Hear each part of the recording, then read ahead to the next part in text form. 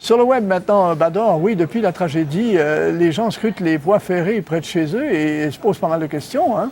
C'est ça, quelque chose d'intéressant. Et depuis cette tragédie, les voies ferrées qui passent à côté de chez certaines personnes, eh bien, normalement, ces personnes-là ont toujours l'habitude de voir ces voies ferrées à côté de chez elles.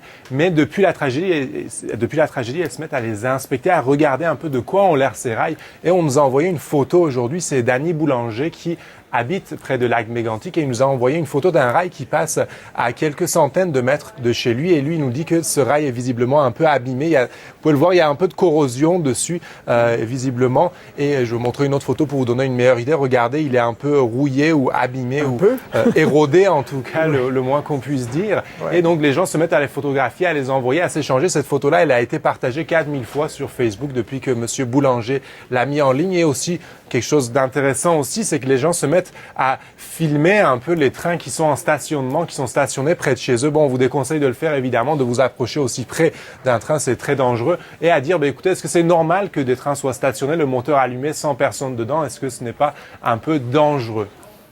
Effectivement, et on se pose bien des questions. Et j'imagine qu'à Ottawa, au ministère des Transports, on est en train de réfléchir sérieusement là-dessus. C'est ça. Oui, la photo de rouille, là, c'est impressionnante, celle-là. On espère que tous les chemins de fer sont bien entretenus parce qu'il y a différentes catégories. On a appris ça aussi depuis la tragédie. On en apprend des choses là, depuis quelques temps. Oui, et quelque chose d'autre d'intéressant, c'est que justement, vous parlez de Transport Canada, c'est que j'ai des réponses. On a demandé à Transport Canada, est-ce qu'ils ont inspecté régulièrement cette compagnie de chemin de fer? Ils nous disent qu'ils ont inspecté 827 km de rails de cette compagnie l'année dernière. Et le président de la compagnie, Bob Greenroad, le président de MMA, a expliqué qu'effectivement, il y avait des voies de la compagnie qui étaient un peu usées, elles sont assez anciennes, mais à ce moment-là, les chemins de fer, les trains vont ralentir, vont faire plus attention pour passer sur ces rails en toute sécurité. Et Transport Canada disait qu'ils allaient peut-être revoir la réglementation en ce qui concerne le fait de laisser des trains sans surveillance avec le moteur allumé.